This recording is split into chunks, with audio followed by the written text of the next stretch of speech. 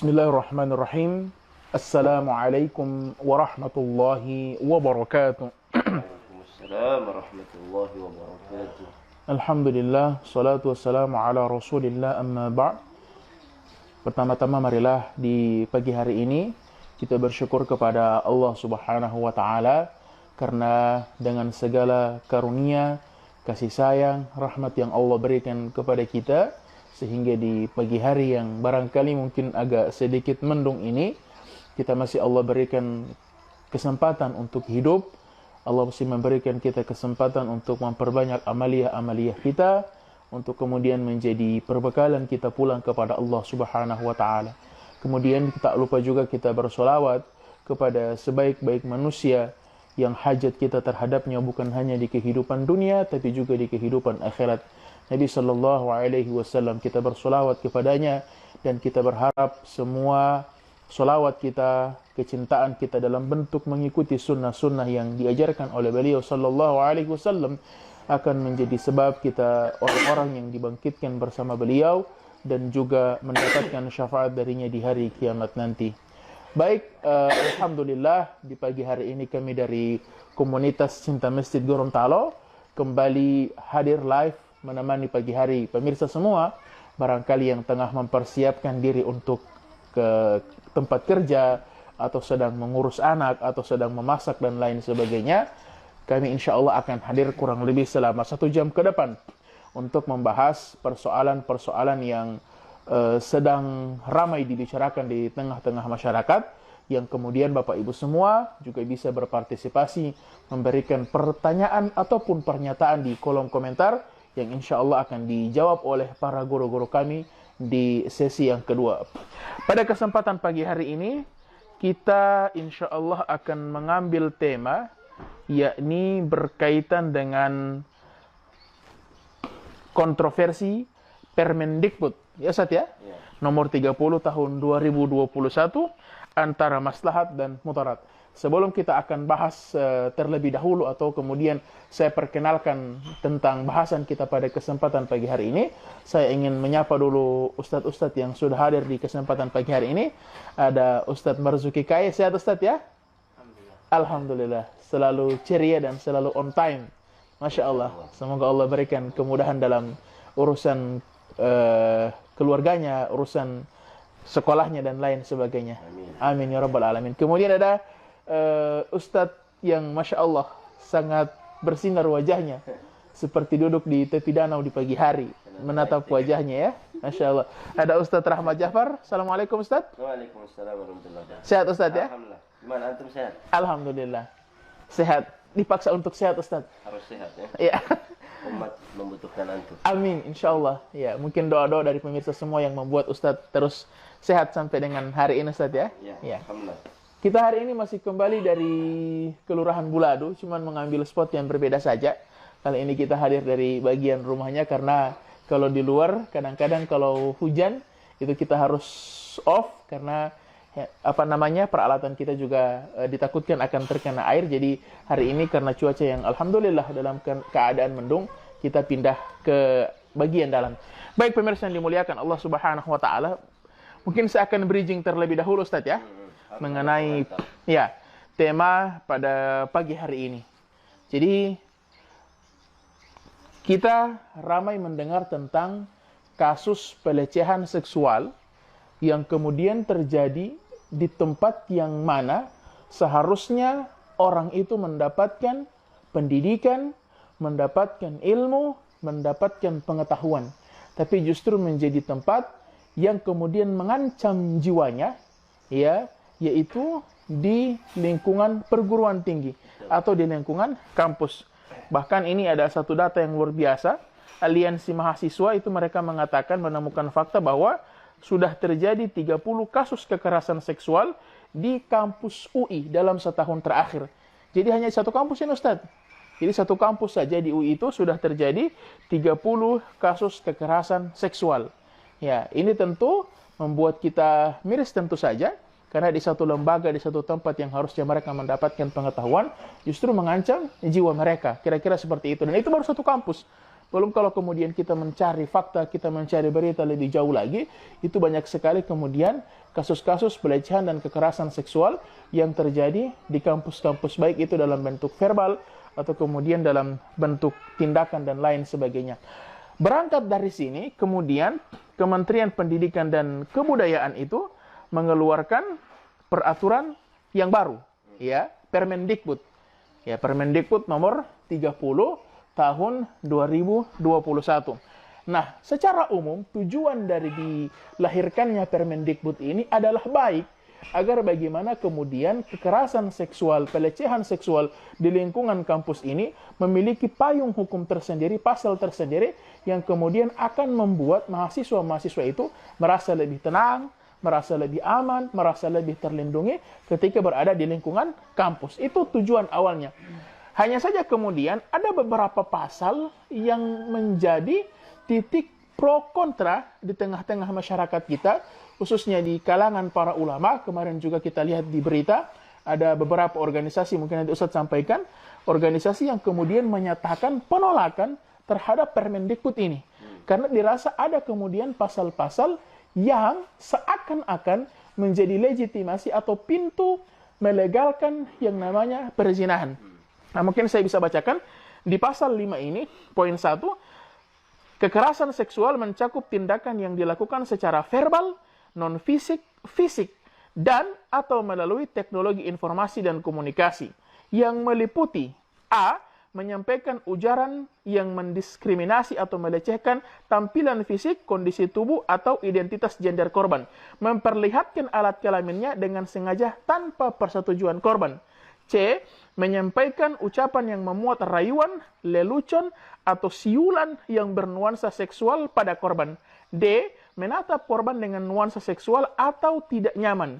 E. Mengirimkan pesan, lelucon, gambar, foto, video, atau gambar yang bernuansa seksual kepada korban, meskipun sudah dilarang oleh korban. F. Mengambil, merekam, atau mengedarkan foto dan rekaman audio visual korban yang bernuansa seksual tanpa persetujuan korban. G. Mengunggah foto tubuh dan atau informasi pribadi korban yang bernuansa seksual tanpa persetujuan korban. H. Menyebarkan informasi terkait tubuh atau pribadi korban yang bernuansa seksual tanpa persetujuan korban.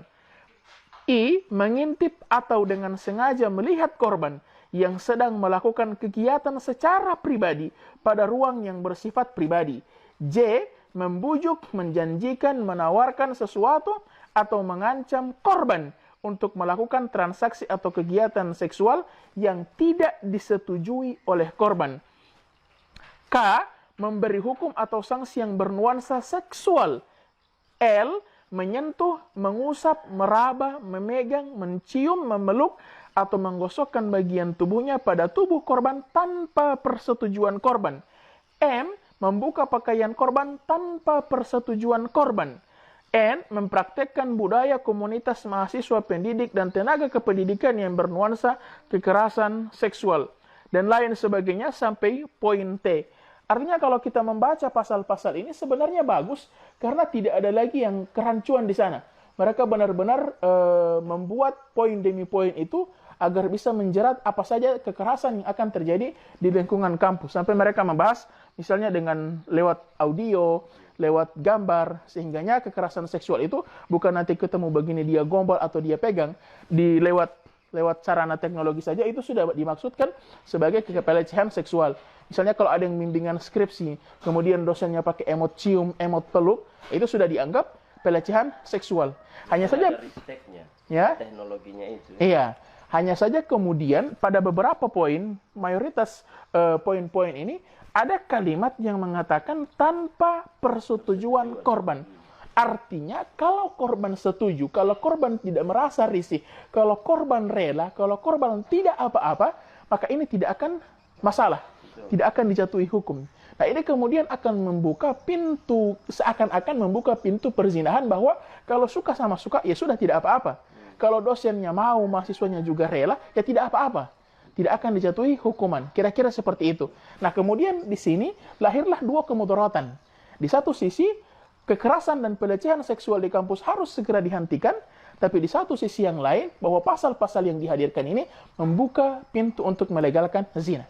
Nah, ini yang akan kita bahas pada kesempatan pagi hari ini bersama guru-guru kita. Dan untuk kesempatan pertama mungkin... Sebelumnya disampaikan kita menerima tanggapan. Iya, tentu saja kita menerima tanggapan, masukan yang seluas-luasnya dari semua pemirsa yang mungkin sudah menyimak, mengamati tentang pemberitaan seputar Permendikbud ini, sehingga kemudian bisa disampaikan kepada kami. Tapi kami ingin meninjau atau melihat dari sudut pandang keagamaan antara maslahat dan mudarat dari Permendikbud nomor 30 tahun 2021 ini. Baik, untuk kesempatan pertama saya berikan ke Ustadz Rahmat Jafar dulu untuk kemudian menanggapi tentang Permendikbud ini sebelum nanti kita akan ke Ustadz Marzuki Kai dan ke penonton yang sudah masuk di kolom komentar. Tafadhol Ustadz. Bismillahirrahmanirrahim. Assalamualaikum warahmatullahi wabarakatuh. Waalaikumsalam warahmatullahi wabarakatuh. Alhamdulillahilladzi arsala rasulahu bil huda wa dinil haqq liyuzhirahu 'ala ad-dini kullihi wa kafa billahi shahida. Asyhadu an la ilaha illallah wa asyhadu anna Muhammadan abduhu wa rasuluh. Ustaz Rizal Panigoro, Muhammad Rizal Panigoro, Masya Allah, yang eksis bersama KCM, dan juga beliau sudah bergabung di HDMI, Himpunan Dai Muda Indonesia. Kalau sekarang kan di Gorontalo masih ada Safari Riza Muhammad ya. Kalau di Gorontalo memang ada Muhammad Riza. Ya, Masya Allah. Ya, beda-beda tipis ya. Kemudian ada Ustadz Marzuki Kai yang juga masih pagi-pagi sudah datang ke Bantayo untuk berkomitmen tetap menghadirkan GGS menemani pagi Anda ya dalam beraktivitas. Permendikbud nomor 30 tahun 2021 ini sebenarnya niatnya baik dalam rangka mencegah dan mengantisipasi bahkan mengamputasi kekerasan seksual yang selama ini terjadi di hampir semua kampus. Saya rasa berapa kasus di UI? 30 kasus. 30 kasus di UI per tahun itu sebenarnya representasi dari hampir semua kampus yang terjadi di Indonesia. Bukan hanya kampus-kampus umum, tapi juga kampus yang berlabel agama. Tetap juga ada terjadi pelecehan seksual. Ya. Bahkan di daerah kita sendiri pun ya sempat beberapa tahun lalu heboh dengan adanya pelecehan seksual ini. Ya. Artinya niat baik pemerintah harus kita apresiasi juga, kita harus sambut baik juga. Hanya saja kita katakan kepada pemerintah, boleh dong masyarakat memberikan komentar dan saran kan, karena mereka itu adalah wakil kita dan mereka tidak absolut di Indonesia. Mereka juga harus mempertimbangkan isu-isu yang terjadi di masyarakat sebagai bahan pertimbangan untuk kemudian menetapkan Permendikbud ini sebagai sesuatu yang diterapkan di Indonesia. Karena tidak boleh menerapkan sesuatu yang kemudian mengundang kegaduhan, ya, mengundang kegaduhan. Nah, kita katakan kepada mereka satu kaidah, kam mim muridin lil khairi lam yusibhu. Ya, berapa banyak orang yang berniat untuk melakukan satu kebaikan tapi ternyata kebaikan yang dia niatkan itu tidak tercapai.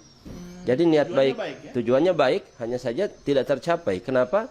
Ya entah caranya yang salah atau substansinya yang memang keliru, begitu. Jadi niat baik saja tidak cukup. Niat baik saja tidak cukup, ya. Mesti diletakkan pada rel dan koridor yang kemudian sesuai dengan syariat, logika dan undang-undang negara 1445. Karena ini bertentangan dengan 1945 juga, ya, Undang-Undang 1945. Dan dengan dasar itulah kemudian muncul berbagai macam tanggapan, bahkan menuai kritik dari IKADI, 12 ormas lainnya. Ya, termasuk MUI pun sudah memberikan tanggapannya, memberikan pendapat bahwa ini tidak boleh. Ya, kalau saya secara pribadi, KCM dan HDMI, ya. Jadi karena hari ini sengaja saya pakai kemeja HDMI juga ingin memberikan tanggapan, ya, bahwa ini membuka pintu zina yang seluas-luasnya, ya, yang tadinya pintu zina hanya mungkin 2x2, ya, ini akan menjadi 200 x 200 meter, ya, akan menjadi luas sekali, ya. Oleh karena itu, kita melihat dari sisi-sisi syariat, ada yang disebut dengan saddud dzari'ah, ya. Saddan lidzari'ah. Sesuatu yang diniatkan baik tidak menjadi boleh sebab ada hal yang harus kita antisipasi, ya. Kita antisipasi pintu yang akan terbuka yang kita prediksi ini akan melegalkan perzinahan, ya. Dalam hal ini semua kalimat-kalimat yang mengandung kata atau kalimat tanpa persetujuan. Sebenarnya semuanya sudah bagus. Bagus. Ya, semuanya sudah bagus.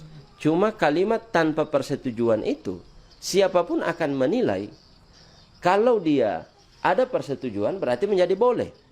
Makanya saya melihat tadi malam ya di YouTube, tapi saya tidak tahu kapan penayangan itu, debat antara Babe Haikal dengan perempuan, saya lupa ya, dengan ibu-ibu itu, pro dan kontra. Dia bertanya, Babe Haikal ini hanya mempersoalkan pada mewakili ormas-ormas lain tentunya, mempermasalahkan itu dua kata itu tanpa persetujuan dari korban. Cuma itu tanpa persetujuan. Sehingga dia tanya, jawabannya iya atau tidak. Ketika si korban tersebut disuruh telanjangi, disuruh buka bajunya, ya, oleh dosen misalnya, kemudian dengan persetujuan korban, kira-kira menjadi boleh atau tidak? Ya, sehingga dia bingung menjawab. Dia juga, dan siapapun tetap akan mengatakan bahwa ini adalah legalitas perzinahan. Karena tanpa persetujuan tersebut, secara logika mafhumul mukhalafahnya adalah ketika dia setuju berarti tidak menjadi masalah. Disinilah mudaratnya. Itu sisi pertimbangan yang pertama, saddan lidzari'ah. Kita saddan lidzari'ah itu adalah menutup rapat-rapat pintu yang kemudian bermuara kepada satu mafsadah atau satu mudarat. Karena ada mudarat besar yang akan terbuka ketika ini dilegalkan, Permendikbud ini diterima dan diterapkan. Oleh karena itu kan hampir semua ormas kemudian ya meminta ini dicabut kembali, ya, entah direvisi atau dicabut, ya, dibatalkan atau direvisi. Sebenarnya dua opsi yang menurut saya mesti diperjuangkan, sebab kalau didiamkan ya, kemudian lahir sebagai permen dan ini diterapkan, ini akan membahayakan kita sekarang dan generasi kita yang akan datang. Kemudian kalau kita lihat dari kacamata mudaratnya, kacamata syariat, ini kan ada dua mudarat yang sedang berhadap-hadapan. Ada dua mudarat yang sedang bertentangan antara mudarat pelecehan seksual dengan mudarat perzinahan. Kan begitu. Ini Permendikbud dilahirkan dalam rangka mengantisipasi bahkan mengamputasi praktek pelecehan seksual yang terjadi selama ini. Tapi itu mudarat memang. Tapi dengan lahirnya Permendikbud ini akan membuka pintu zina, bahkan melegalkan zina, perzinahan. Berarti ada dua mudarat di sini. Nah, kita akan menggunakan kaidah usul fiqh, ya, atau kaidah fiqhiyah, idza ta'arada mafsadatani ru'iya a'zamuhuma dararan lirtikab akhaffihima. Atau kaidah sederhananya disebut irtikab akhaffain dararain, akhafud dararain. Jika berhadap-hadapan terjadi bertentangan antara dua mudarat, dua kerusakan, maka dilihat mana mudarat yang paling ringan, mana mudarat yang paling kecil. Misalnya kalau kita batalkan undang-undang ini, Permendikbud ini, kita tarik, kita tolak, dicabut kembali, berarti tersisa satu mudarat. Akan tetapi mudarat ini bisa dicegah dengan undang-undang lain yang memang sudah berlaku selama ini, yang kita kenal dengan UUD NRI 1945. Dan itu yang dituangkan dalam pendapat Pak Hidayat, Ustadz Hidayat Nur Wahid, ya, representasi dari Partai Keadilan Sejahtera, yang memang getol sekali menolak Permendikbud ini, ya. Jadi kalau pelecehan seksual selama ini kan memang sudah ada undang-undang juga yang bisa mengatur itu, yang bisa menjerat pelakunya. Nah, pakai saja itu undang-undang yang memang selama ini sudah ada, kemudian batalkan ini, ya, legalitas perzinahan ini. Cuman mungkin yang kemarin dianggap tidak terlalu dalam mungkin Ustaz ya. Ya walaupun tidak betul, tidak spesifik, tidak terlalu dalam, tapi kan sudah terbukti juga. Ini kan melanggar asusila kan itu. Dia bisa dijerat dengan undang-undang asusila. Dan banyak sekali ada teman saya, ya, tidak perlu disebutkan di mana dan siapa. Dia melakukan pelecehan seksual masuk berapa tahun? 6 tahun. Artinya memang sudah terbukti walaupun tanpa ada undang-undang ini sudah bisa menjerat pelaku pelecehan seksual. Ya. Nah, kalau dilahirkan ini sudah ada, padahal ini sudah ada. Dilahirkan Permendikbud nomor 30 tahun 2021 ini. Bukan pelecehan seksual lagi yang terjadi, tapi perzinahan. Perzinahan besar-besaran. Kalau misalnya terjadi pelecehan seksual dalam proses perjalanan hukum, ya, mulai masuk pada penyelidikan, kemudian dari lidik ke sidik, masuk penyidikan, kemudian setelah itu masuk persidangan. Nah, ketika di persidangan terjadi lobby-lobby, pelaku membayar keluarga korban dengan membujuk si korban mengatakan itu adalah atas dasar suka sama suka, selesai. Dia tidak akan terjerat oleh undang-undang. Ya, nanti dia akan mendapatkan vonis bebas ketika di pengadilan. Nah, zina terjadi, pelecehan seksual juga terjadi, kemudian juga tidak bisa menjamin bahwa si pelaku ini akan terjerat hukum. Nah, jadi memang ada mudarat, ya, dua-duanya mudarat. Tapi kita lihat mana mudarat yang paling besar. Kalau mudarat yang paling besar adalah legalitas perzinahan, maka kita tutup itu, ya. Kita ambil mudarat yang lebih kecil dalam rangka menutup dan mengantisipasi terjadinya mudarat yang lebih besar ini.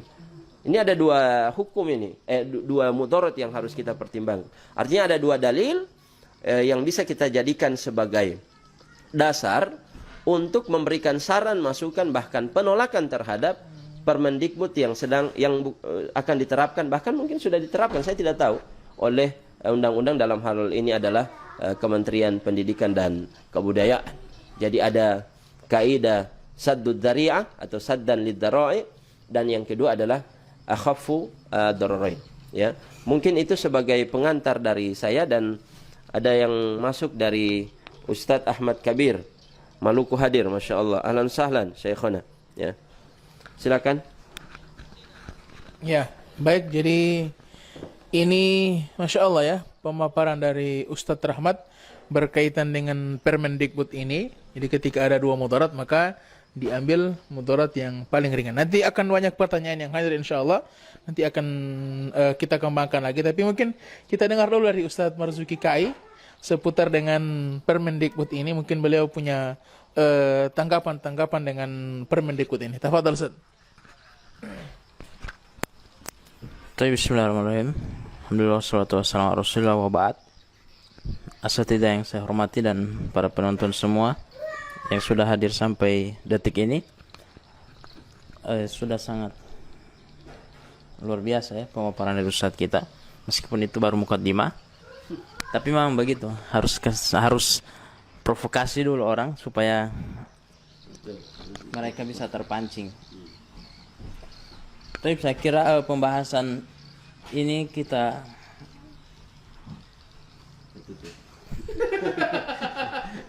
bahas dulu ya. Tidak elok kita bicara zina, tapi kita tidak mau lihat definisi zina dari para ulama.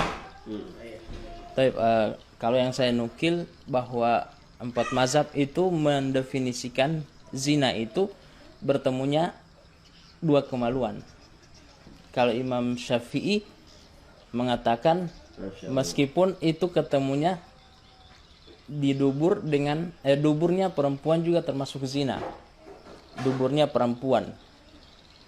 Imam Ahmad mengatakan bahwa, atau Imam Syafi'i lagi mengatakan bahwa sebagian yang masuk, ya, bagian dari alat vital laki-laki yang masuk ke perempuan, sebagian saja itu sudah dikatakan zina. Meskipun Hambali mengatakan bahwa harus masuk semua baru kita sebut sebagai zina. Tapi ini definisi umum ya. Dan kita masuk di ayat ya, ayat yang sangat masyhur. Kalau orang-orang ceramah pasti singgung ayat ini. Allah mengatakan, a'udzubillahi minasyaitonir rajim, la taqrabuz zina innahu kana fahisyatan wa sa'a sabila.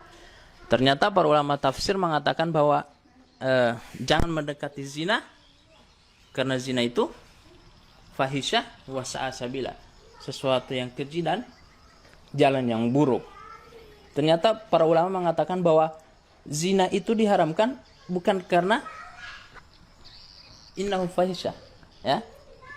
Jadi innahu fahisyatan wa innahu fahisya wa sa'sabila itu bukan ta'lil, bukan apa ya? Bukan sebab karena zina itu diharamkan. Tapi fahisya itu adalah sifat dari zina itu sendiri. Beda orang bilang pulpen itu sesuatu yang dipakai untuk menulis. Pulpen itu diciptakan supaya orang-orang bisa menulis. Jadi beda konteksnya. Jadi zina, sifat dasar dari zina itu adalah fahisha wa sa'sabila. Ternyata ini adalah lawazim dari zina itu sendiri. Itu bukan definisi dari zina, ya. Itu bukan definisi dari zina, tapi bagian terkecil daripada zina itu. Jadi kayak orang bilang pulpen itu dipakai menulis. Sebenarnya itu cuma bagian daripada pulpen. Tapi sebenarnya pulpen itu boleh lempar kucing, toh. Jadi sangat banyak. Nah, fahisha itu cuma bagian terkecil daripada zina. Sebenarnya zina itu banyak sekali variabelnya, ya. Variabel daripada zina itu sangat banyak. Meskipun para ulama dalam fikih membatasi cuma tadi itu, masuknya kelamin laki-laki atau alat vital laki-laki kepada alat vital perempuan atau lubang di belakang, ya. Dubur. Ya, lubang dubur. Nah, zina, ya, wala taqrabuz zina, sebagaimana Ustaz katakan tadi, pintu zina, ya. Jadi jangan mendekati zina karena sesungguhnya zina itu fahisya wa sa'sabila. Para ulama mengatakan begini, bahwa innal awaqib yatabayyanu biha khata'ul bada'at. Ya. Sesungguhnya akhir yang buruk itu karena salahnya di awal, ya. Orang mau masuk diskotik karena DP salah, dia lewat masuk pintu diskotik. Orang sampai di masjid karena dia masuk pintu masjid, ya. Jadi zina itu kita bisa tahu bahayanya. Karena Allah sudah bilang duluan tadi, ya. Allah sudah bilang pintunya fahisha wa sa'sabila tadi. Meskipun kalau kita mau jabarkan fahisha wa sa'sabila sebenarnya banyak, ada pembunuhan, ada miras, ya. Sebenarnya keji semua itu. Ada perselingkuhan, apa ada penam? Pelakor, yang bini orangnya, pebinor, ya. Itu juga fahisha, ya. Tapi tidak dijelaskan secara spesifik di sini. Nah, saya mau menarik sekali, ya, pembahasan tentang pasal tadi, tentang pasal yang dititik beratkan di tanpa persetujuan, ya. Itu yang dianggap sebagai sesuatu, masyaallah, dianggap sebagai sesuatu yang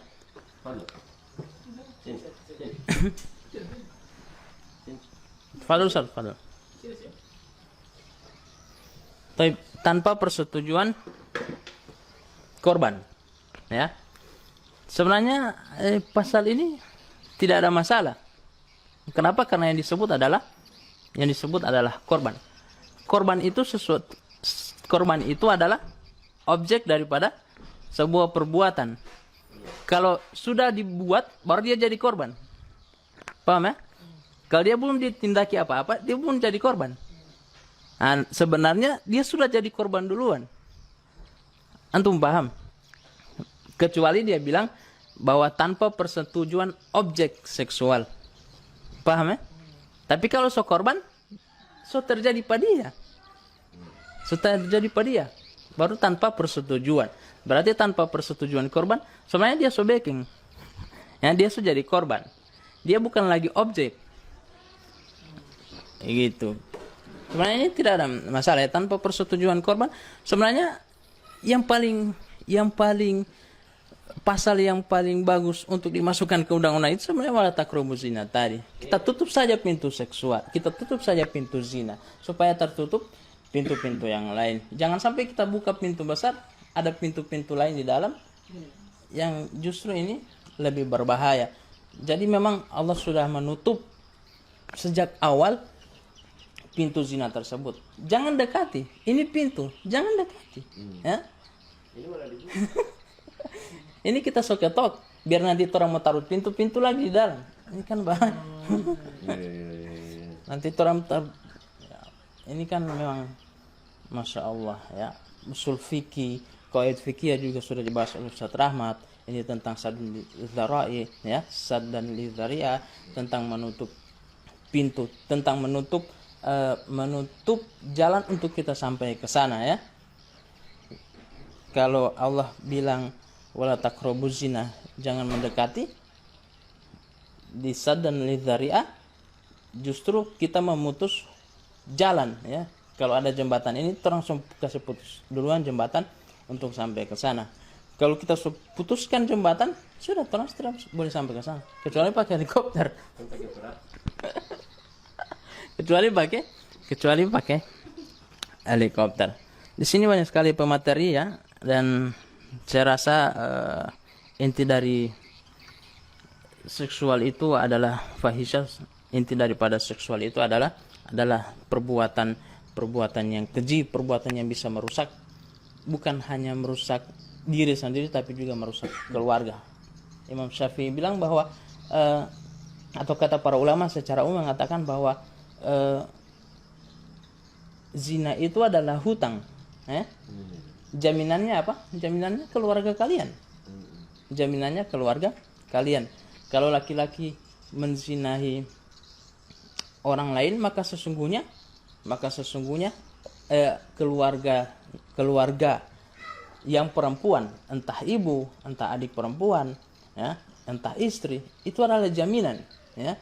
Karena Allah mengatakan bahwa segala sesuatu itu pasti akan dibalas di dunia ini. Mungkin hari ini kita memukul orang lain, tapi besok bukan orang yang kita pukul yang membalas, seorang lain yang membalas, tapi itu setimpal, ya. Tapi itu setimpal. Mungkin kita menyakiti si A, tapi mungkin yang membalas besok-besok hari si B, dan seterusnya. Dan perzinahan seperti itu. Mungkin kita melakukan hal ini pada orang lain, seperti seperti perkataan Rasul ya, ketika ada yang mengatakan kepada Nabi, wahai Rasul, saya ingin berzina. Terlalu polos ya, dia kira zina ini apa? Wahai Rasul, saya ingin berzina. Kalau ada yang bilang begitu hari ini, kira-kira antum bikin apa? Tapi lebih parah hari ini ya. Hari ini tidak pakai izin Pak, langsung rekam, bikin rekam, bahkan ada yang sampai rekam ya. Tapi ketika dia datang kepada Rasul, wahai Rasul, saya ingin berzina. Kemudian Rasul katakan, apakah engkau ingin ibumu dizinahi? Apakah engkau ingin para bibimu dizinahi? Apakah engkau ingin anak perempuanmu, istri-istrimu dizinahi? Tentu laki-laki ini mengatakan tidak, kecuali dia keluar dari batas normal ya, kecuali dia abnormal, baru dia mengatakan terserah, iya, penting bayar kemari. Ada yang begitu ya. Sama dengan di satu tempat dia, orang-orang bilang bahwa suami istri ini ya, suami istri ini ada yang masuk, ada yang bertamu ke dia bilang, apa ente dengan perempuan? Baru anda mau lapor Pak ente istri. Baru dia suami bilang, lapor jo, anda istri di kamar sebelah. Ternyata suami istri DP aktivitas begitu. Ternyata suami istri aktivitas di rumah memang menerima bayaran ya, sudah dijadikan sebagai komersil. Tapi di dunia sangat banyak ya, bukan hanya di Indonesia. Kita tidak mau singgung Indonesia, kita mau singgung Indonesia yang baik-baik saja. Di dunia seks komersial itu sangat banyak. Hari ini seks sudah diperbayarkan, bahkan menjadi tempat, menjadi aktivitas untuk mencari nafkah, pekerjaan, menjadi pekerjaan untuk mencari, ya, menjadi profesi. Ada si fulana profesinya jadi wanita pekerja seks komersial, ya, PK apa PSK, ya, oh, bukan pekerja seks komersial, ya, yang alias, kalau dialiaskan sebagai pelacur atau kupu-kupu malam, namanya jadi indah-indah, ya, kupu-kupu malam. Kupu-kupu malam itu apa? Kupu-kupu malam itu wanita yang dibayar untuk memuaskan syahwat laki-laki. Ada oleh wanita yang dibayar untuk memuaskan syahwat wanita, ya. Tapi itu bukan zina, ya. Itu saja dari saya. Ada Ustadz Rifian di sini yang mungkin akan membahas secara lebih kompleks, secara lebih maksimal, panjang lebar. Kami persilakan dengan hormat. Ya, baik, alhamdulillah, salatu wassalamu ala rasulillah, wala haula wala quwata illa billah. Para asatidz yang alhamdulillah sangat luar biasa, ya. Ustaz Rahmat, Ustaz Marzuki Kayu, Ustaz Rezal, dan 5 penonton yang bertahan untuk kita pada hari ini. Nah, ini temanya luar biasa, ya. Emang lagi hangat diperbincangkan. Tapi mendengar penjelasan dari Ustadz Marzuki tadi, bagaimana?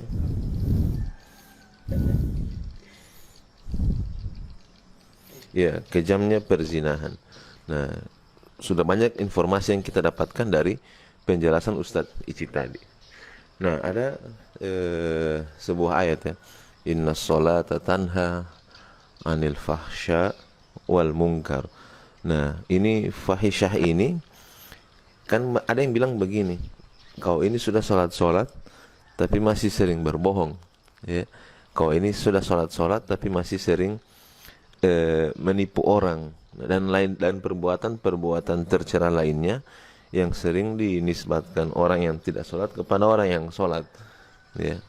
Nah, ternyata setelah pernah saya baca tafsirnya, itu fahisyah itu hanya dikhususkan kepada 2 hal, ya. Yang pertama itu perzinahan, yang kedua adalah homoseksual. Nah, jadi artinya kalau orang itu sholat baru dia masih berbuat dosa yang lain-lain itu, nah itu mungkin tidak diselamatkan oleh sholat. Tapi orang yang sholat itu dia akan diselamatkan terhadap dosa yang berbau fahisyah ini, ya, dosa zina dan dosa homoseksual. Nah, saya sebenarnya suka melakukan penelitian yang sholat 5 waktu itu. Misalnya antum lihat ada orang yang sholat 5 waktu, tanya sama dia, apakah dia pernah berzina atau tidak. Nah, ada 10 sekarang ini ada 10 orang yang pernah saya tanyakan, ya. Saya tahu dia sholat 5 waktu dan saya tahu dia adalah orang yang disukai oleh para wanita. Nah, setelah ditanya ini 10 orang ini, mereka sama sekali belum pernah berzina. Artinya sebenarnya bisa saja sudah sangat dekat dengan perzinaan. Nah, artinya saking luar biasanya, ya, apabila penafsiran ini penafsiran yang relevan, ya, karena saya lupa dibacanya itu di mana, seperti itu. Nah, berarti luar biasanya sholat itu menghindarkan kita dari perbuatan zina, dan luar biasanya dosa zina itu sampai dikhususkan dalam kalimat fahisyah ini. Nah, jadi luar biasa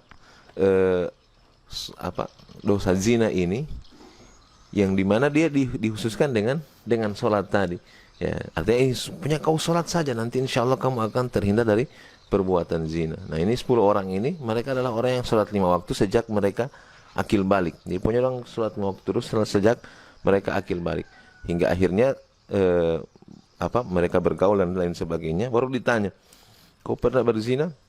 Nah, kadang-kadang kan orang itu ketika berzina itu bisa menyebutkan dengan terang-terangan perzinahan mereka, ya. Oh, sudah, tapi itu masa lalu.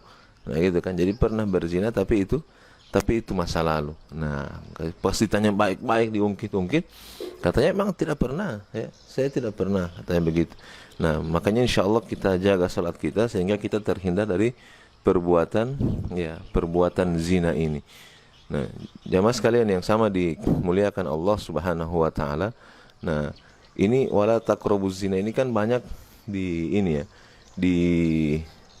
sering banyak sekali melahirkan tafsiran-tafsiran, apalagi tafsir-tafsir yang tidak punya sandaran, ya. Jangan engkau mendekati zina. Nah, katanya kalau engkau jangan mendekati zina karena nanti kau akan berbuat zina.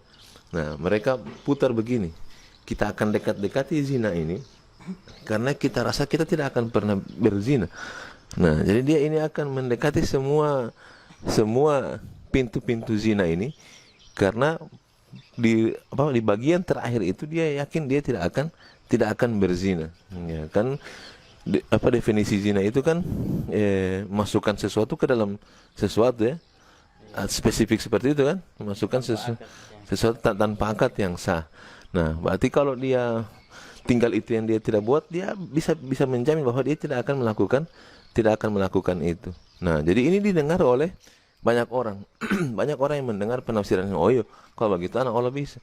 Nah, tapi karena sudah masuk di pintu ini, sebenarnya diungkapkan tadi, jadi dia buka pintu ini, biar nanti ada pintu-pintu lain lagi, ya. Ada pintu-pintu lain lagi. Nah, luar biasa ini, sangat-sangat berbahaya, ya. Karena orang mendengarkan tafsiran yang abal-abal tersebut dari orang lain, nah kemudian mereka amalkan. Ternyata ketika mereka amalkan, setelah mereka dekat dengan zina, hanya mereka berzina juga. Enggak keluar kalimat, tidak boleh macam ente ya, yang bermain-main di dekat-dekat zina itu baru berhasil untuk tidak berzina. Ternyata kita bermain-main dekat zina, akhirnya anak berzina juga. Nah, jadi jamaah sekalian yang sama dimuliakan Allah, sangat-sangat kita jaga, ya, bagaimana lingkaran keluarga kita. Jadi bagaimanapun kita menjaga, kalau di luar sana ini adalah sesuatu yang legal kan bahaya.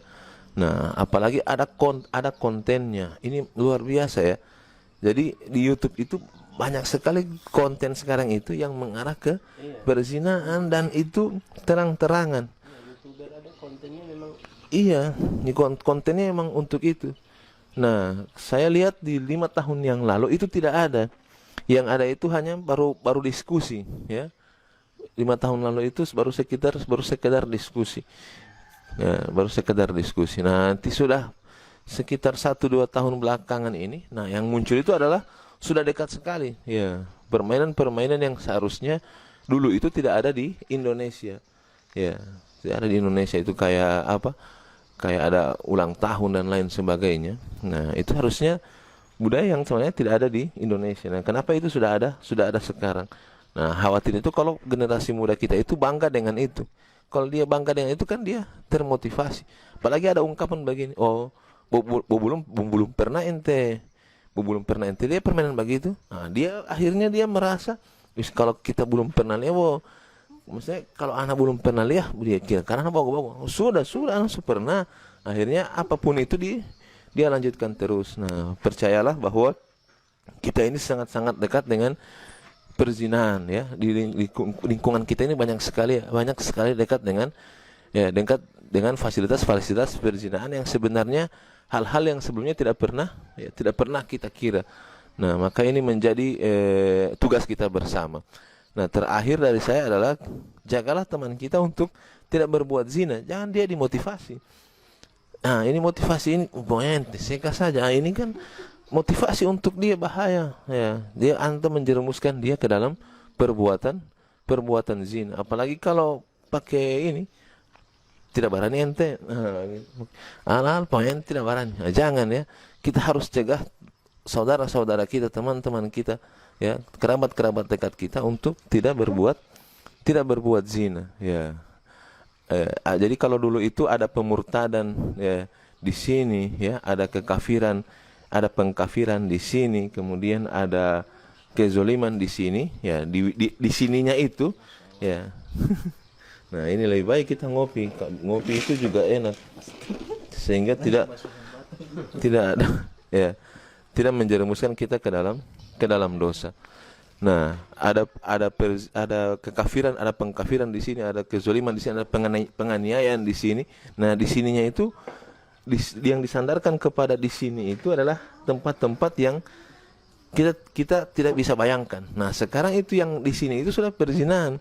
Ada perzinahan di sini, ada perzinahan di sini. Oh, di sininya itu di tempat-tempat yang juga sama dengan pemurtadan atau pengkafiran, penzoliman, penganiayaan yang sebelumnya juga kita tidak pernah bayangkan. Nah, jadi kalau ada teman kita misalnya dia bercerita, misalnya ada mereka 5 orang, 1 orang bercerita, saya ini begini, kurang apa yang saya belum merasa. Jangan sampai yang 3 orang ini ingin merasakan dulu, baru kemudian ada di wilayah taubat. Nah, karena satu kali lagi bahwa zina itu adalah hutang, ya, hutang, dia akan mengambil gantinya, dan kemudian ya dosa zina itu adalah dosa yang akan dibawa sampai ke akhirat, kecuali dia sudah dihukum di dunia. Nah, itu yang saya dengar-dengar itu kan, kalau dia sudah dihukum, nanti dihukum dia di dunia, baru dihukuman di akhirat itu baru dia tidak bisa rasakan lagi. Nah, kalau dia belum dihukum di dunia karena dia malu, maka dia tidak akan dihukum di akhirat.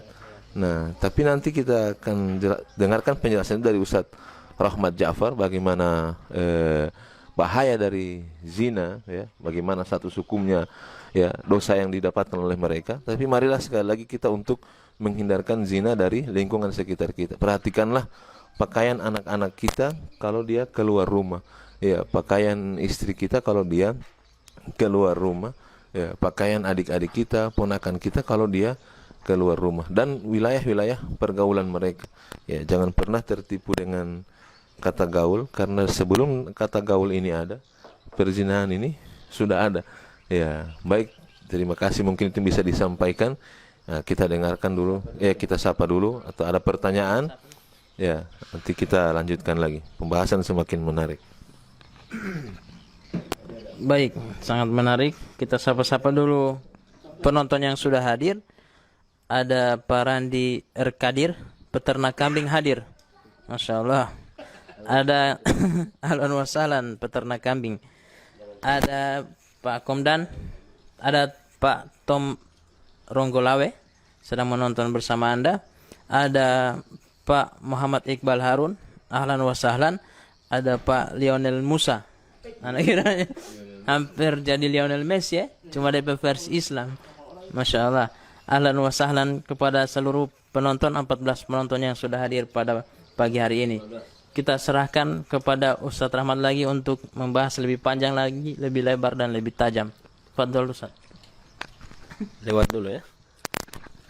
Baik, Masya Allah. Tadi sudah didengarkan dari penjelasan Ustaz-Ustaz kita. Kita kembali ke undang-undang Ustaz. Ini saya baca berita bahwa Kementerian Pendidikan dan Kebudayaan ini akan memberikan hukuman sanksi kepada kampus yang menolak undang-undang ini dengan penurunan akreditasi, kira-kira seperti itu. Berarti kayaknya ini tidak akan ada revisi lagi. Kayaknya ini sudah final dan akan diterapkan di kampus-kampus, dan bagi kampus yang menolak, maka ini akan dijatuhkan hukuman berupa penurunan akreditasi terhadap kampus tersebut. Kira-kira dalam undang-undang seperti ini, apakah ini wewenang sepenuhnya dari kemudian pemerintah untuk bahkan menetapkan hukuman bagi yang menolak, ataukah ada wilayah-wilayah kampus mau menerima atau tidak menerima undang-undang yang diterapkan ini? Baik, bismillahirrahmanirrahim. Pertama begini, kalau memang sudah terjadi pemaksaan, ya, terhadap masyarakat, dalam hal ini adalah masyarakat akademik, ya, lingkungan kampus, berarti kan perlu dipertanyakan, ada sesuatu, ada indikasi yang kemudian mengarah kepada pemaksaan, ya. Jadi undang-undang itu mesti dibicarakan oleh pihak eksekutif dan legislatif, ya, atas persetujuan legislatif, kemudian RUU atau permen itu kemudian bisa lahir. Ini setahu saya, ya. Dan ini kan dikritisi oleh Partai Keadilan Sejahtera, dari anggota-anggotanya, alik-aliknya itu mengatakan bahwa tidak pernah Pak Nadiem, Menteri Nadiem ini, Mendikbud ini mengkonfirmasi atau sama-sama memusyawarahkan, mengajak komisi terkait untuk mendiskusikan masalah tersebut. Artinya tiba-tiba mereka rancang, mereka kemudian atur undang-undang tersebut, permen tersebut, kemudian tinggal disodorkan, ditawarkan, diterapkan. Ini kan mestinya pihak legislatif juga harus dilibatkan dalam masalah ini, ya, sebab mereka representasi daripada masyarakat yang dipimpin, dan masyarakat ini kemudian yang akan menerima undang-undang itu, ya, mereka yang akan menjadi objek undang-undang dan permen itu adalah masyarakat, ya. Wilayah kampus itu kan masyarakat juga, masyarakat akademis, kan gitu. Oleh karena itu menurut saya pribadi tidak perlu harus dengan paksaan. Musyawarahkan baik-baik. Kalau memang terjadi gelombang penolakan dari masyarakat, maka ini menjadi bahan introspeksi untuk pemerintah. Jangan kemudian justru memaksa, ini akan menjadi kegaduhan yang lebih besar lagi. Kalau memaksa ini akan terjadi kegaduhan lebih besar lagi. Saya khawatir memang masyarakat kampus tidak bisa menolak karena ada ancaman. Ancamannya adalah penurunan akreditas misalnya. Tapi kita tidak bisa membendung gelombang suara masyarakat, gelombang suara rakyat, ya. Kita tidak bisa membendung. Kalau misalnya terjadi demo besar-besaran atau penolakan besar-besaran dan itu diekspresikan dalam bentuk parlemen jalanan, ini kan bahaya. Akan menimbulkan reaksi, karena akan menimbulkan mudarat dan mafsadat yang berlapis-lapis, ya. Mudaratnya besar sekali. Baik mudarat yang dilahirkan dari undang-undang itu dan mudarat yang diakibatkan dari reaksi masyarakat dalam penolakan undang-undang tersebut atau permen tersebut. Oleh karena itu memang pemerintah itu harus bijak, ya, arif dalam masalah ini, tampung dan akomodir semua suara, jangan kemudian hanya mempertahankan satu pendapat dan menafikan pendapat lain. Apalagi ormas-ormas yang menolak ini bukan ormas kecil, bukan ormas abal-abal yang lahir baru kemarin, ya, masih bau kencur misalnya, ya, tapi ormas besar seperti Muhammadiyah, ya, yang lebih tua daripada Nahdlatul Ulama. Saya tidak tahu NU menolak atau tidak. Mungkin masuk juga, ya.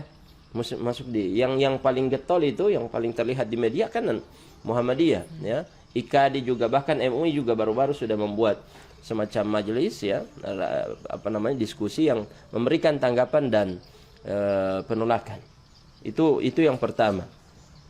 Yang kedua, menarik juga kalau kita bahas yang definisi zina tadi, ya, definisi zina kan idkhal al-hashafa, ya, idkhalul hashafa fi farji adamiyin, ya, min ghairi zawajin wala milkin wala syubha, ya. Kalau kita lihat dari definisi zina ini sebenarnya memang kan dia berat, dia agak susah mencari kasus perzinahan, karena definisi zina itu adalah masuknya kemaluan.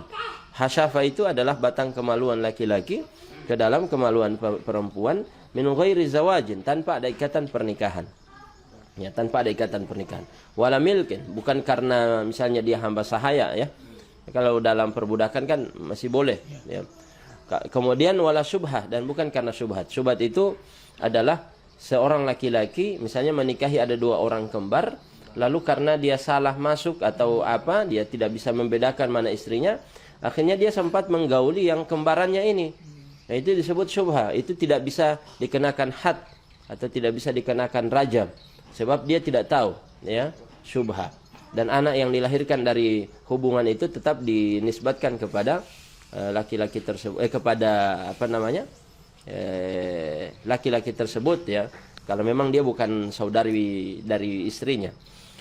Kenapa? Karena syubhat, ya. Baik.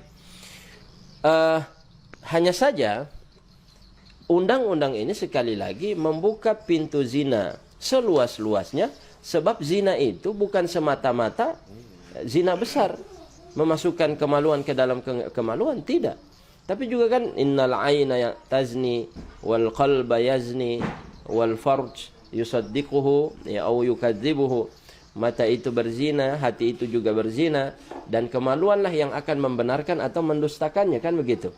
ya, dan zina mata adalah an-nazar wal qalbu at-tamanni, dan zina hati adalah berharap ya atau berangan-angan.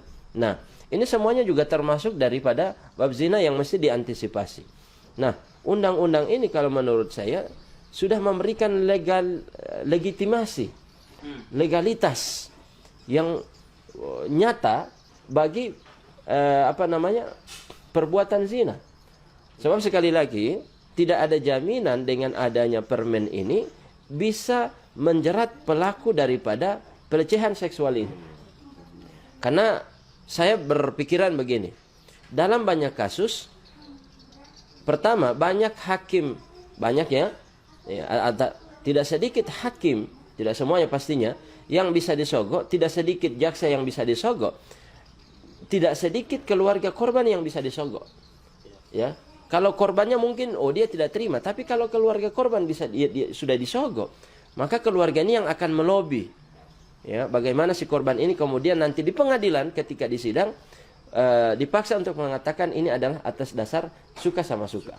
Dari penyelidikan kemudian masuk ke penyidikan, dari lidik ke sidik sampai proses pengadilan, ini kan panjang. Nah, kalau dengan adanya undang-undang ini, celah yang bisa dimasuki oleh si pelaku ini, untuk apalagi dia punya uang untuk lobby-lobby, adalah kalimat tanpa persetujuan. Nanti kalau sudah masuk pengadilan atau masih dalam proses penyelidikan atau penyidikan, dia bilang, "Ya Pak, sebenarnya saya juga suka." Selesai itu kasus. Ya kan? Ya kan, kalau sudah ada doi bisa jadi kan? Ya, apalagi atas dasar desakan keluarga. Jadi masih dalam proses baik lidik, sidik, persidangan, itu masih sangat kemungkinan besar, terbuka kemungkinan untuk kemudian memberhentikan kasus ini dengan pengakuan dari si korban bahwa saya pun suka, atas dasar suka sama suka, saya pun setuju. Sebelumnya celah ini tidak ada. Sebelumnya tidak ada celah kan? Nah, ini malah menurut saya ini tidak perlu hadir, tidak perlu diadakan ini. Permen ini dibatalkan, dicabut atau direvisi, ya, dan kita mencukupkan undang-undang UUD NRI 1945 dan norma-norma agama lainnya. Sebab sudah terbukti selama ini juga orang melakukan pelecehan seksual juga terjerat hukum. Nah, itu sudah sangat cukup menurut saya. Bukan berarti kemudian kita menolak lalu kita dituduh menolak tidak pro dengan undang-undang itu. Justru kita sangat mengharapkan hadirnya undang-undang yang melindungi kaum perempuan. Akan tetapi harus dengan cara yang baik pula. Jangan sampai saya tidak berprasangka buruk tapi saya ingat satu perkataan dari para ulama solihin. Ini yang disebut dengan kalimatu haqqin yuradu biha batil. Ya, yuradu biha al-batil. Ini kalimat seakan-akan zahirnya adalah nampak kalimat hak, kebenaran yang ingin dilakukan, tapi tersembunyi ada agenda yang tersembunyi namanya kebatilan. Yuradu bihal batil. Ya, di balik kebaikan yang nampak ini ada keburukan, agenda besar yang tersembunyi. Yakni melegalkan perzinahan. Itu dari saya, dan ada Pak Zulkifli Barajanji, ahlan wa sahlan, ada penonton yang sudah masuk, Ar-Rahmat Telaga hadir. Kemudian ada Randi Erkadir, ini permen memang sudah disahkan atau masih boleh berubah, menunggu tanggapan publik Ustaz. Nanti silakan ini dulu. Saya baca tadi sudah diterapkan. Karena sudah ada ancaman seperti itu. Sudah ada ancaman. Kemudian kan penolakan itu menyuarakan untuk dicabut. Iya kan, dibatalkan. Berarti kalau sesuatu yang dibatalkan, berarti kan memang sudah diterapkan. Sudah berlaku dia. Kalau minta dibatalkan atau kalau dicabut berarti sudah sudah diresmikan, ya. Kemudian ada Pak Zulkifli Barajanji, Ustaz, sebagai anak muda, apa pesan buat kami agar terhindar dari zina? Maksudnya semua bentuk zina, Ustaz, sedangkan aktivitas kami dengan dunia luar begitu terbuka. Kalau pesan saya begini. Pertama, bertakwa kepada Allah Subhanahu wa taala. Karena kalaulah tanpa takwa, maka setiap orang itu pasti akan melakukan zina. Sebab setiap kita itu berpeluang melakukan zina. Dimanapun kita berada. Setiap kita Laki-laki punya peluang berzina, perempuan juga punya peluang berzina. Akan tetapi takwalah yang akan membatasi kita. Ya, takwalah yang akan membatasi kita. Imanlah yang akan menjadi landasan dan perisai kita. Dan karena itu kemudian kata Nabi SAW, la yazni zani hina yazni wa huwa mu'min. Tidaklah seseorang sedang berzina, ya, la yazni zani, tidaklah seseorang sedang berzina dan dia dalam keadaan beriman. Ya, tidak mungkin ketika dia berzina dia tidak sedang beriman. Ya, sama dengan pencuri kan? Dia sholat, setelah dia sholat mencuri. Nah, ketika mencuri, la yasrikus sarik hina yasrik wa huwa mu'min. Tidaklah seseorang mencuri dan dalam keadaan beriman kepada Allah Subhanahu wa taala. Jadi, perkuat takwa dan perkuat iman kepada Allah Subhanahu wa taala sebagai pondasi dan landasan kita di dalam beragama, praktek beragama dan bermasyarakat. Kemudian yang kedua, kalau kita punya anak perempuan, kita punya saudari perempuan, maka ingat pesan seorang solihin, ya, seorang solihin. Saya tidak tahu di zaman tabi'in atau di tabi'ut tabi'in, saya tidak tahu. Cuma masih ingat dulu di kampus ya, waktu perkuliahan ada kuliah umum, ada seorang syekh membawakan materi dan saya teringat ini perkataannya ini. Ya, dinukil dari ulama-ulama salaf. Dia mengatakan kepada anaknya yang akan berpergian jauh ke luar negeri, ke luar daerah, ya. Lalu dia katakan kepada anaknya ini, anak muda ini, ittaqillaha fi ukhtik. Ya. Ittaqillaha fi ukhtik. Wahai anakku, takutlah kepada Allah dan lindungi saudarimu perempuan. Akhirnya dia ya aneh. Dia merasa heran. Loh, adik perempuan saya kan bersama bapak di sini, di rumah. Saya kan mau pergi jauh. Harusnya yang menjaga perempuan itu ya bapak. Ya kan? Saya kan mau pergi jauh. Bapaknya bilang, ittaqillaha fi ukhtik. Bertakwalah kepada Allah untuk menjaga saudari perempuan. Kenapa? Karena al-jaza'u min jinsil amal. Ya, perbuatan itu balasan itu biasanya terjadi dari perbuatan yang sama. Ini yang disebut dengan hukum karma. Ya, kalau dalam bahasa Arab tidak ada hukum karma, tapi substansinya ada. Al-jaza'u min jinsil amal. Hal jaza'ul ihsan illal ihsan, kan? Al-Quran mengatakan balasan kebaikan adalah kebaikan. Nah, kalau dia menzinai wanita, ya, menzinai wanita dan dia punya saudari perempuan, itu kan sama halnya dengan dia sedang membuka pintu yang seluas-luasnya seorang laki-laki datang menzinai saudari perempuannya. Atau kalau dia tidak punya saudari perempuan, maka kan kalau dia punya anak perempuan lebih bahaya lagi. Dia sedang mempersilahkan seseorang untuk kemudian menzinai anak perempuannya. Dan ketika seorang datang kepada Nabi SAW, sahabat yang polos ya, menurut bahasa antum tadi, sahabat yang polos. Ketika dia bertanya, minta izin, wahai Rasul, izinkan saya berzina, ya kan? Kemudian apa kata Rasulullah SAW? Atardo, apakah kamu ridho? Apakah kamu rela? Ya, seseorang menzinai ibumu? Dia bilang la. Apakah kamu ridho, rela seseorang menzinai anak perempuanmu? Dia bilang la, saya tidak rela. Apakah kamu rela seseorang menzinai saudari perempuanmu? Dia bilang tidak. Apakah kamu rela seseorang menzinai istrimu? Dia bilang saya akan bunuh dia. Artinya kalau kita melihat diri sendiri, kita pun tidak ridho ketika ada keluarga perempuan kita yang dizinai, kan begitu. Nah, sebagaimana kita tidak ridho ada keluarga perempuan kita dizinai, maka begitu pula sikap kita kepada perempuan yang lain.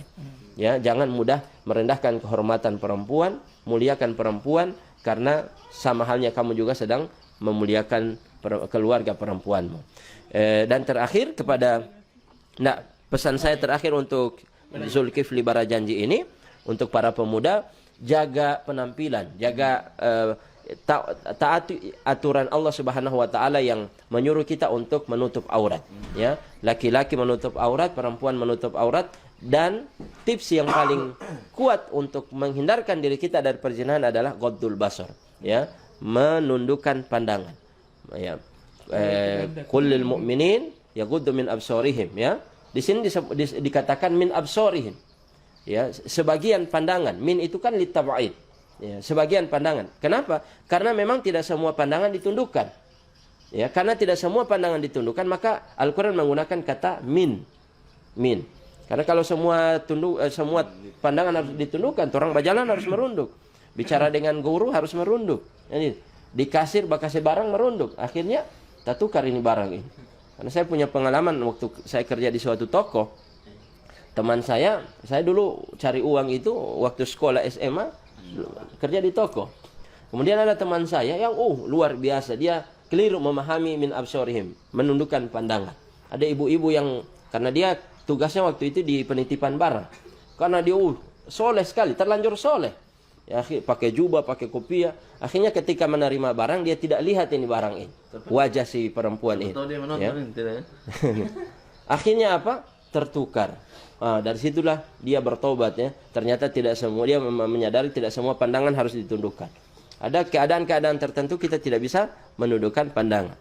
Nah, menundukkan pandangan ini dari pandangan kita terhadap lawan jenis, ya. Makanya juga ada perintah bercadar. Karena ada laki-laki juga yang tidak mampu menundukkan pandangan, kan begitu, ya. Akan tetapi karena masalah cadar adalah masalah khilafiyah, menurut mazhab Syafi'i adalah kewajiban, sebagian lainnya adalah sunnah, maka bagi yang mengamalkan sunnah, ini kan sebenarnya wilayah kerjanya lebih kepada para lelaki, ya. Wilayah kerjanya kepada para lelaki untuk tidak mudah memandang. Kira-kira begitulah. Jadi itu pesan saya, 3 pesan untuk pertanyaan Zulkifli Barajanji. Nanti insya Allah kalau ada tambahan dari ustadz-ustadz lain kita persilahkan. Kemudian Muhammad Iqbal Harun, bagaimana bertobat dari dosa zina Ustadz? Apakah kalau sudah bertaubat hukuman zina di akhirat masih kita akan terima? Karena katanya dosa zina itu adalah utang. Baik, kaidah umumnya tentang bertaubat adalah at-taibu minadz-dzanbi kama la dzanba lahu. Orang yang sudah bertaubat dari suatu dosa, maka seakan-akan dia tidak pernah melakukan dosa itu. Artinya memang dia sudah diampuni dosa-dosanya, sudah dibersihkan dosa-dosanya dari perbuatan zina tersebut. Jadi pertama al-i'tiraf dulu, mengakui kesalahan dosa berzina di hadapan Allah Subhanahu wa taala. Dan ingat, ketika Anda sudah taubat, sudah berjanji kepada Allah tidak akan melakukan perzinahan lagi, ya, maka tutup aib Anda serapat-rapatnya. Jangan pernah membukanya kembali, jangan pernah, apalagi sampai bangga. Karena saya suka heran dengan orang-orang yang setelah hijrah, dia kadang-kadang bangga menceritakan di hadapan orang lain. Dia bilang, "Bohong, kita sekarang yang nguni tahu. Ya, dulu kita ini apa yang kita tidak pernah beke. Perempuan mana yang tidak pernah kita masuki." Wah, banyak sekali. Dan dia, saya ini hitam, saya ini pernah begini. Tidak boleh. Ya, Anda pernah mencuri, Anda pernah berzina, Anda pernah apa saja. Semua dosa dan keburukan yang pernah terjadi di masa lalu setelah bertaubat tidak boleh diungkit-ungkit kembali. Jadi menutup rapat aib zina tersebut, jangan sampai terungkap. Ya, kalaupun ada orang yang mengetahui dosa Anda, maka Anda pastikan dia untuk tidak mengungkit kembali itu. Kemudian bertaubat kepada Allah, dan dengan taubat itu gugur semua dosa-dosa dan tidak ada mutolabah ukhrawiyah, tidak ada lagi tuntutan akhirat karena Anda sudah bertaubat di dunia, ya. Dengan taubat ini dahsyatnya luar biasa. Ratusan kali berzina akan terhapus dengan 5 menit bertaubat di hadapan Allah Subhanahu wa taala. Yang penting hadirkan syarat-syarat taubat. Apa itu syarat taubat? Yang pertama adalah al-iqla', an-nadam, ya. Dia menyesali dulu bahwa dia pernah melakukan zina. Menyesal dulu. Ya Allah, saya pernah melakukan zina dan saya menyesal atas perbuatan itu. Yang kedua adalah setelah menyesali berjanji, ya, berjanji tidak akan melakukan perbuatan zina itu, ya. Dan memang harus membuktikan, tidak boleh kembali kepada perbuatan yang sama. Tapi kalau berhubungan dengan hak orang lain, hukukul adamiyin, maka harus ditambah dengan syarat yang berikutnya. Syarat yang berikutnya adalah irja' hukukul adamiyin. Kalau zina ini memang tidak ada hubungan dengan hak orang. Sebab masing-masing pribadi itu ya telah melakukan dosa sendiri, kan begitu? Ya, telah melakukan dosa sendiri. Kalau itu Dosa adamiyin ya. Baik ya. Nah, misalnya dia ingin bertaubat dari dosa pernah korupsi, berarti dia harus kembalikan harta yang pernah dia korupsi. Pernah misalnya mencaplok tanah orang, maka dia harus kembalikan tanah orang itu. Kalau ghibah dia harus mengembalikan nama baik orang yang pernah dia gibahi di depan orang yang pernah dia ceritakan itu. Kalau dia dosanya pernah merendahkan atau menghancurkan kehormatan satu keluarga karena fitnahnya itu keluarga itu bubar, maka atau berantakan, maka dia harus mengklarifikasi di depan halayak umum yang pernah dia gibahi tersebut, untuk memulihkan, mengembalikan nama baik keluarga yang pernah dia rendahkan kehormatannya. Untuk tapil, Ustaz? Nah, ini yang repot. Kalau dia pernah duduk dengan memanipulasi suara, berarti kan dia harus ya bertobat dan harus mengakui itu sama orang yang pernah dia curangi suaranya itu. Dan kalau boleh sih dibayar semua yang itu, kan harusnya hak dia. Harusnya teman saya yang nomor 2 misalnya duduk, saya mentang-mentang nomor 1, saya sogok partai, saya sogok KPU, penyelenggara pemilu, kemudian saya yang diloloskan. Ini tidak boleh, ya. Apalagi orang yang kita cederai suaranya itu memang yang lebih punya kapasitas dari saya, dari kita misalnya, dan hak dia untuk duduk, ya kan? Bayangkan karena kita curangi suaranya, harusnya dia menerima gaji misalnya 5 tahun dan dia bekerja untuk rakyat 5 tahun, kemudian tidak terjadi. Nah, ini harus kita bayar.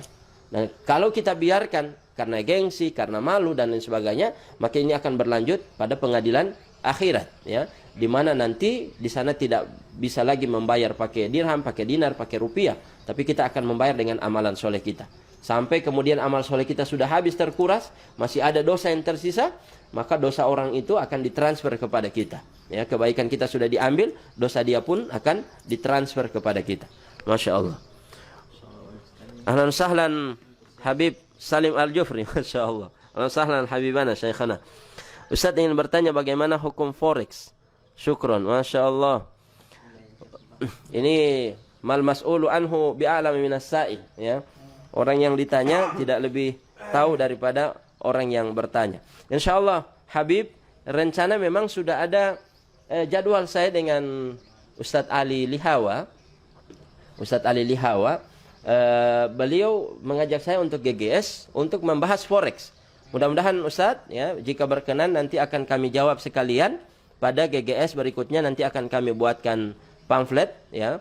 Ini beliau ini sama-sama dengan saya di komisi fatwa. Hanya saja Jibril itu datang di suatu saat pernah datang kepada Rasul lalu bertanya. Ternyata apa kata Nabi? Ya, mal mas'ulu anhu bi'alama minas sa'il. Yang ditanya tidak lebih tahu daripada yang bertanya. Setelah itu dia jawab, akan tetapi ketika Jibril pergi, kemudian Rasul memberikan informasi, sesungguhnya dia adalah Jibril yang datang untuk mengajarkan kalian. Jadi ada orang yang bertanya, yang kadang-kadang dalam rangka jawabannya itu bukan untuk dia, tapi untuk orang yang lain. Jadi sekedar memancing saja.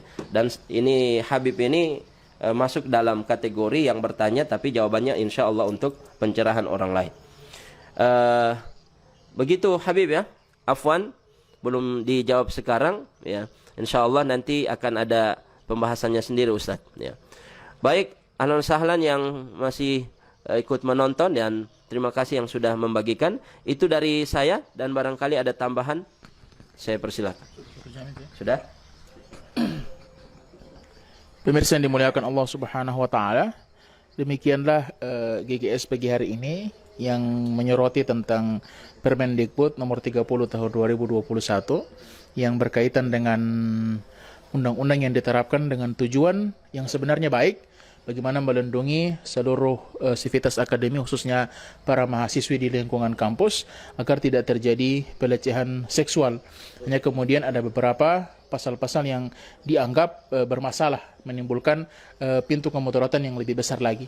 Padahal sebenarnya ini bagus sekali, karena bahkan sampai siulan pun diatur di situ, Ustaz. Jadi pas siul saja, Pak mahasiswi tidak boleh. Tidak boleh itu. Ya, selama ini kan mungkin kalau kemarin itu ada dosen di Universitas Riau, itu ketika bimbingan skripsi dia cium itu mahasiswi, ya, dengan alasan saya anggap dia sampai anak. Nah, dengan adanya undang-undang ini sebenarnya itu sudah lebih spesifik, itu tidak boleh begitu. Ini anak ketemu gede, ya. Saya anggap dia sebagai saya punya anak, dan dia tuntut balik 1 miliar ini mahasiswi ini. 1 miliar dengan dasar perusakan nama baik.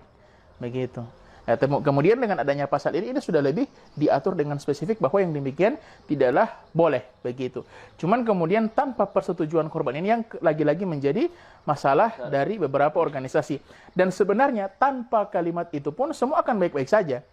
Ya, tanpa persetujuan korban itu kalau dibuang tetap akan baik-baik saja. Misalnya yang pasal L itu kalau meminta membuka baju tanpa persetujuan korban, kan tanpa persetujuan korban itu kalaupun dihilangkan akan baik-baik saja, tetap akan berjalan normal, ya. Kalaupun itu dipakai, pada akhirnya akan membuka pintu seperti yang Ustaz bilang, lobby-lobby seakan-akan dia rela dan lain sebagainya. Maka kita insya Allah akan terus mengawal Permendikbud ini, apakah jadi diterapkan di kampus-kampus atau seperti apa. Insya Allah kita sebagai umat Islam punya kewajiban untuk kemudian menjaga seluruh generasi-generasi muda kita dari hal-hal yang tidak kita inginkan ini. Baik. Cuma ada pesan terakhir dari saya begini.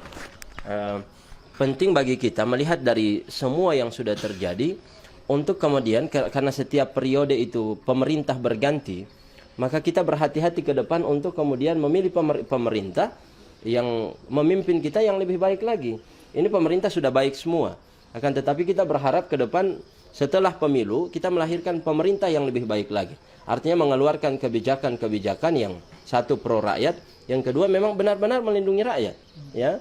Bukan kemudian undang-undang yang zahirnya adalah seakan-akan dia kebaikan, tapi juga menyimpan banyak misteri, ya kan? Ini yang saya sampaikan tadi, kalimatu haqqin yuradu bihal batil. Kalimat hak yang kemudian di dalamnya mengandung satu kebatilan. Karena dampak mudarat yang lebih besar itu akan terjadi dari legalitas Permendikbud nomor 30 tahun 2021 ini. Mungkin seperti itu.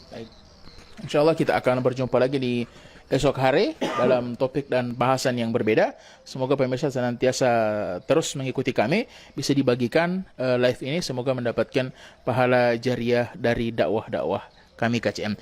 Kami tutup dengan doa kafaratul majelis. Subhanakallahumma bihamdika asyhadu an la ilaha illa anta astaghfiruka wa atubu ilaik. Wassalamualaikum warahmatullahi wabarakatuh. Waalaikumsalam warahmatullahi wabarakatuh.